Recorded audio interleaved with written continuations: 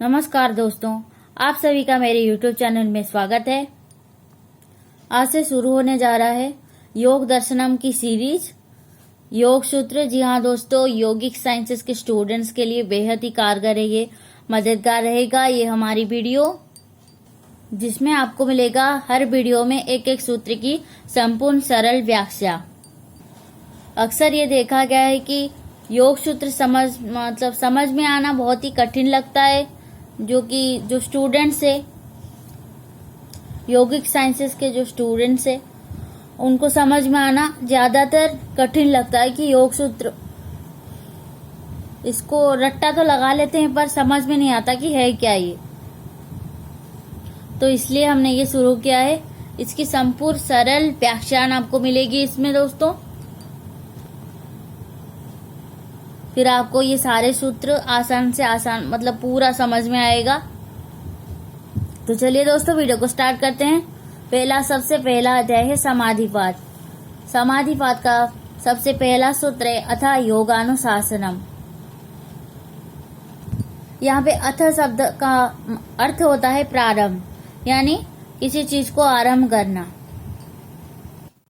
जैसे कि आप सबको पता है कि महर्षि पतंजलि प्रणीत योग दर्शन है, तो महर्षि पतंजलि कहते हैं कि अथा योगानुशासनम, अब प्रारंभ किया जाता है योग के शास्त्र का।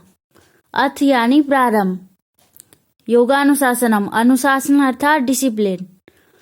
हर चीज में दोस्तों, किसी भी चीज को आप शुरू करें तो डिसिप्लिन होना जरूरी है, बेहद जरूरी है। तो इसीलिए योग तो सबसे कठिन चीज है। योग को साधना मनुष्य जीवन में सबसे श्रेष्ठ और अनिवार्य कार्य है, पर ज्यादातर लोग इसको मानते नहीं है, जानते भी नहीं है।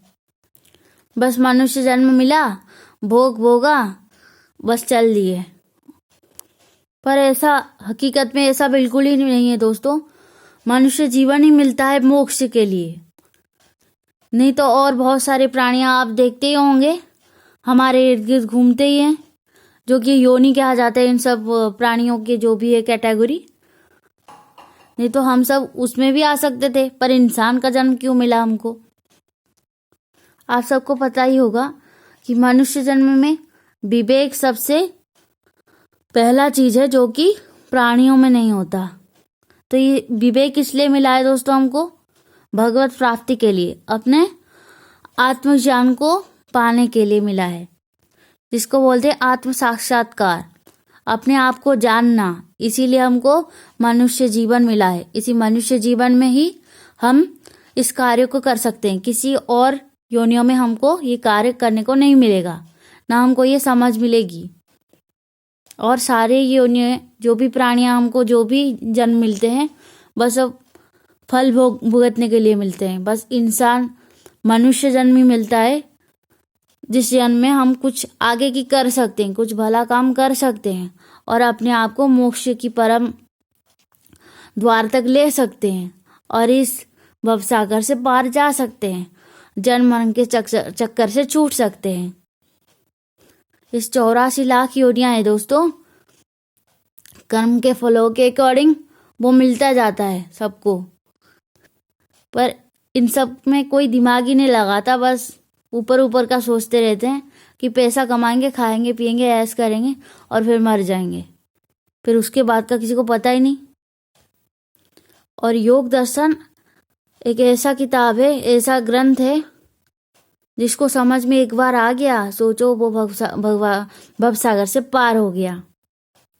ये समझ में आने वाली चीज तो नहीं है, पर समझ के इसको अगर आप कार्य में लगाओगे तब मोक्ष के द्वार तक तो नहीं, मोक्ष ही मिल जाएगा आपको जीते जी, और बहुत ही थोड़ी समय में मिल जाएगा। मोक्ष मिलना कोई कठिन काम नहीं है। अपने आप को जानना कोई बिल्कुल भी मुश्किल काम नहीं है। इसीलिए सर्वप्रथम जीवन में डिसिप्लिन लाना जरूरी है। इसीलिए महर्षि पतंजलि कहते हैं अथा योगानुशासनम, योग के शास्त्र को प्रारंभ करने से पूर्व वो डिसिप्लिन की बारे में चर्चा करते हैं कि पहला डिसिप्लिन होना चाहिए जीवन में, फिर हम योग को साध सकेंगे। योग समाधि को कहते हैं दोस्तों। कहा गया है योगः समाधि। योग क्या है? योग तो समाधि, ये तो समझ में आता है, पर समाधि प्राप्त कैसे करें? इसका मतलब समाधि प्राप्त करने के लिए योग एक माध्यम है। तो योग भी बहुत सारे प्रकार के होते हैं, जैसे भक्ति योग हो गया या अष्टांग योग हो गया, बहुत सारे ऐसे योग हैं। इसके बारे में अगर मैं चर्चा करूँगी तो वीडियो बहुत ही लंबी हो जाएगी। बस इतना मैं बता सकती हूँ कि योग क्या है। कोई भी आप योग करो तो इसका अल्टीमेट फल है कि आपके मन पूरा कंट्रोल में आ जाएगा। जो भी इंद्रियां हैं, इंद्रियों की लालसा पूर्णतः समाप्त हो जाएगी धीरे धीरे। इसमें समय लगता है, मन को साधने में भी समय लगता है, ऐसे एकदम से नहीं हो जाएगा, मन एकदम से नहीं मानता है। और शरीर को साधने में भी समय लगता है। जब ये सब होने लगेगा तो अपने आप समाधि होने लगेगी। समाधि को मतलब ऐसा नहीं कि ध्यान लगाना है, वह अपने आप लगता है। जब आप योग के क्रियाओं को करते हैं, प्रैक्टिस करते रहते हैं, निरंतर बहुत समय तक करते रहेंगे, तो अपने आप वो स्थिति प्राप्त होती है। ऐसा नहीं कि किसी ने कुछ बता दिया और हमने थोड़े समय के लिए कर दिया वो हो जाएगा, ऐसा नहीं होता है। और सबसे सरल है एक दोस्तों, जो कि आपने सुना होगा कि नहीं ये नहीं बता सकती मैं, पर यह है गुरु भक्ति योग, जो कि सबसे आसान है। बस आपको ये करना है, जो भी आपके आत्म साक्षात्कारी गुरु होंगे और आप उनके शिष्य होंगे और पूरी ईमानदारी से शिष्यत्व का पालन करेंगे, अपने सारी मन की इच्छाएं को जलाकर गुरु जैसा कहते हैं वैसा ही करेंगे, तो आपको बहुत ही जल्दी आपको गुरु जैसे ही रिश्ते हैं वैसे ही शिष्य को सब कुछ मिल जाता है। समाधि तो कुछ भी नहीं, उससे आगे भी बहुत कुछ है। जिसने अपने गुरु को रिझा लिया, समझो सब कुछ हो गया। गुरु के आशीर्वाद से ही चंद मिनटों में बंदा एकदम से पार हो जाता है, नहीं तो बस सालों साल, 100 साल, 1000 साल करते रहे योग, कुछ नहीं होने वाला। इसीलिए गुरु होना जिंदगी में दोस्तों बहुत ही अनिवार्य है। वही बताते हैं रास्ता कि कैसे क्या करोगे तो समाधि तक पहुंच जाओगे। निर्विकल्प समाधि को उपलब्ध होंगे, वो भी जीते जी इंसान के जन्म, वो भी घोर कलयुग में दोस्तों। आज के दिनों में बहुत ही एडवांस हो चुका है दुनिया, और स्पिरिचुअलिटी को बहुत ही पीछे छोड़ जाती है ये दुनिया। जैसे ही उसको टेक्नोलॉजी ज़्यादा बढ़ जाती है, अभी तो बहुत ही ज़्यादा गैजेट्स मिल गए हैं सारे बच्चों के हाथ में, मोबाइल फ़ोन वगैरह सब कुछ है। तो उससे क्या होता है, बच्चे ज़्यादा बहिर्मुखी हो जाते हैं। बहिर्मुखी से दोस्तों कुछ नहीं होने वाला, अंतर्मुखी होना पड़ता है इन सब के लिए। योग अंतर्मुख करता है सबसे पहली चीज़ तो, और अंतर में ही सब कुछ छुपा है। अंतर में अगर आप ढूंढ लोगे अपने आप को तो अंदर और बाहर सब एक ही है, और दुनिया फिर आपको सपना जैसा लगेगा। कोई मोह माया नहीं लगेगी, कोई सुख दुख नहीं लगेगा, कोई चीज़ आपको सताएगी नहीं। ये बहुत ही ऊंची चीज़, बहुत ही श्रेष्ठ स्थिति है, जिसको बोलते हैं स्थित प्रज्ञ स्थिति। जैसे गीता में कहा गया है वैसा स्थिति है, और उसको प्राप्त करना बहुत ही आसान है इस कलयुग में खासकर। पर ज़्यादातर लोगों को ये बात पता नहीं है। पर सीधी बात है दोस्तों, योग सूत्र में जितने भी सारे सूत्र हैं ना, जिसको अच्छे से समझ में आ गया उसका तो बहुत ही आसानी से काम हो जाता है। इसीलिए इसको बोला गया है योग सूत्र बोला गया है इसको। योग को प्राप्त करने ये सूत्र हैं, और पूरे सरल सूत्र। आप कहेंगे दोस्तों कि समाधि हमको कैसे लगेगी कुछ समय बाद।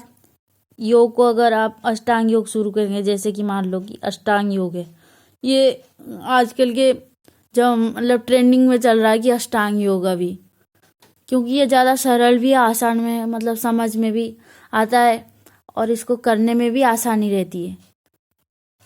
तो जब आप शुरू करेंगे ना ये अष्टांग योग, तो क्या होगा, पहले तो चित्त क्या है ये पहले समझ लीजिए आप। चित्त एक अवस्था है, जो मन की जो स्थिति रहती है, समाधि क्या है कि चित्त की सब भूमियों में रहने वाला धर्म है। चित्त की क्षिप्त, मूढ़, विक्षिप्त, एकाग्र और निरुद्ध नामक 5 भूमियां हैं। चित्त यानी मन जो है उसका 5 प्रकार है, भूमियां हैं। सबसे पहला तो है क्षिप्त, जो कि मन इधर उधर भागता है। आप कहीं एक जगह टिक के बैठ नहीं पाओगे ज्यादा देर। और मूड भी वैसा ही है दोस्तों। मूड यानी किसी को कुछ समझ में ही ना आए, क्या कर रहा है, क्या उचित है अनुचित है, कुछ समझ में ना आए जिस मन को, वैसे वाले। और विक्षिप्त यानी उसका मन तो बिल्कुल स्थिर ही नहीं है, क्या गलत है क्या सही है उसके बारे में कोई भान ही नहीं है। ये तीनों जो है ना, क्षिप्त, मूढ़, विक्षिप्त, ये तीनों मन के जो चित्त के जो स्थितियां हैं बिल्कुल बेकार है दोस्तों। जब आता है एकाग्र और निरुद्ध, एकाग्र यानी फोकस, किसी चीज में हम एकाग्रता से लगे रहते हैं तो मन थोड़ा सा ऊपर जाता है। फिर आता है उसको, अगर आपने साध लिया फोकस को, अगर ज्यादा देर बढ़ाए रखा एकाग्रता को, बढ़ने लगी आप में एकाग्रता साधना के दौरान, फिर आप निरुद्ध की स्थिति को प्राप्त हो जाएंगे। जब मन निरुद्ध हो जाएगा, आपके पूरी तरह बस में आ जाएगा। जब चित्त एकाग्र होता है दोस्तों तो उसको क्लेशों का नष्ट हो जाता है। जो कर्म के बंधन होता है वो भी थोड़ी शिथिल बढ़ जाती है और थोड़ी थोड़ी वो समाधि का अनुभव भी करने लगता है। उसको संप्रज्ञात समाधि, संप्रज्ञात योग कहा जाता है। वो भी 4 प्रकार के होते हैं संप्रज्ञात योग। वितर्कानुगत, विचारानुगत, आनंदानुगत, अस्मितानुगत, ये 4 अवस्थाओं वाली है संप्रज्ञात योग, जो कि एकाग्रता से प्राप्त होता है। पर जब सारी वृत्तियों का निरोध हो जाता है, मतलब वृत्तियों का निरोध यानी मन, आप कभी मतलब ध्यान में बैठे, मन में कुछ भी नहीं आया और आपका पूरी तरह एकाग्र है मन, बिल्कुल इधर उधर का सोचना, कुछ दिखना, सब कुछ बंद हो गया और आपको एक आनंद, अंदर से एक आनंद की अनुभूति हो रही है। कुछ प्रकाश दिख रहा है अंदर ही अंदर, कुछ आप दिव्य अनुभव में डूबे हुए हो। फिर आपको पता चलेगा कि आपको असंप्रज्ञात समाधि की प्राप्ति हो रही है। धीरे धीरे फिर इस समय को आपको बढ़ाते जाना है। उसको बोलते हैं निरुद्ध अवस्था, चित्त की निरुद्ध अवस्था। और ये कोई दोस्तों ऐसे इम्पॉसिबल काम नहीं है। आपको जैसे पता ही है कि सारी दुनिया अभी ट्रेंडिंग में चल रहा है योगासन, प्राणायाम वगैरह। आप प्राणायाम योगासन भी करते रहो ना अच्छी तरह से, पूरी ईमानदारी से, तो भी ये स्थिति प्राप्त हो जाएगी। इतनी आसान है। अगर प्राणायाम आप साध लो, मतलब खान पान में थोड़ा सा पर मतलब देख लो कि खान पान कैसा है और मिर्च मसाला नॉनवेज ये सब छोड़ दो, मतलब डाइटिंग थोड़ा सा ठीक ठाक कर लो, सात्विक आहार कर लो और सुबह सूर्यास्त मतलब सूर्योदय के पहले उठ जाओ, अपना योगा शुरू कर लो, त्रिकाल संध्या कर लो, 3 बार प्राणायाम योगा मिला के सब कुछ कर लो। कुछ नहीं कर सके तो दोस्तों कपालभाति मतलब एक आसान सी चीज बता रही हूँ कि कुछ आपको अनुभव हो जाए। कपालभाति आधा घंटे से लेकर 1 घंटे तक आप कर लो। आधा घंटा तो बहुत ही है और लगातार, मतलब वो तेजी से करना पड़ता है। धीरे धीरे वो आपको तेजी बढ़ेगी आप अगर प्रैक्टिस करेंगे तो। पहले तो शुरुआत में नहीं हो पाएगा, धीरे धीरे आपको प्रैक्टिस बढ़ानी होगी। जब प्रैक्टिस बढ़ जाएगा बहुत ज़्यादा तो आपको कुछ अनुभव भी होने लगेंगे। अपने आप से मन निरुद्ध स्थिति को चला जाएगा और आपको समाधि की स्थिति की भी मतलब आप अनुभव भी करने लग जाओगे। और ज़्यादातर बच्चे वो किताब पढ़ते हैं, बहुत सारे किताब भी हैं योग सूत्र के बारे में, व्याख्यान भी दिया गया अच्छे से, पर वो शब्द जो होता है ना वो किसी के समझ में नहीं आता। इसलिए मैं कोशिश करती हूँ कि आपको बहुत ही सरल तरीके से समझाऊं ताकि आपको समझ में आ जाए। और योग सूत्र आप मतलब सिर्फ पढ़ो ना, रटो ना, और आपको ऐसा हो जाए कि आप जियो भी योग सूत्र। जैसे पतंजलि होते थे पहले पहले जमाने में जैसे योग को जिया जाता था, आप योग को जी सको, ना कि योग सूत्र को रट के बस सुना दो किसी को, नहीं, अपने जीवन में उतार सको कि वहाँ मेरे को भी ऐसे अनुभव हुए हैं, मैं भी समाधि को प्राप्त कर सकती हूँ, ऐसा मन में होना चाहिए। और होता भी है, ऐसा कोई मुश्किल काम नहीं है। इसी योग करके ही पहले जो ऋषि मुनि होते थे, ऐसे ही करके ही वो प्राप्त करते थे सब कुछ।